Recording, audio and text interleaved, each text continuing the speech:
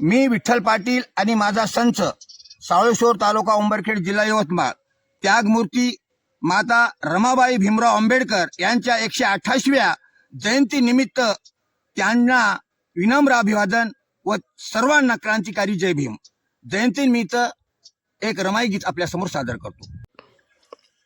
1898 साल हे किती हो भाग्यवान, 1898 साल हे किती हो भाग्यवान.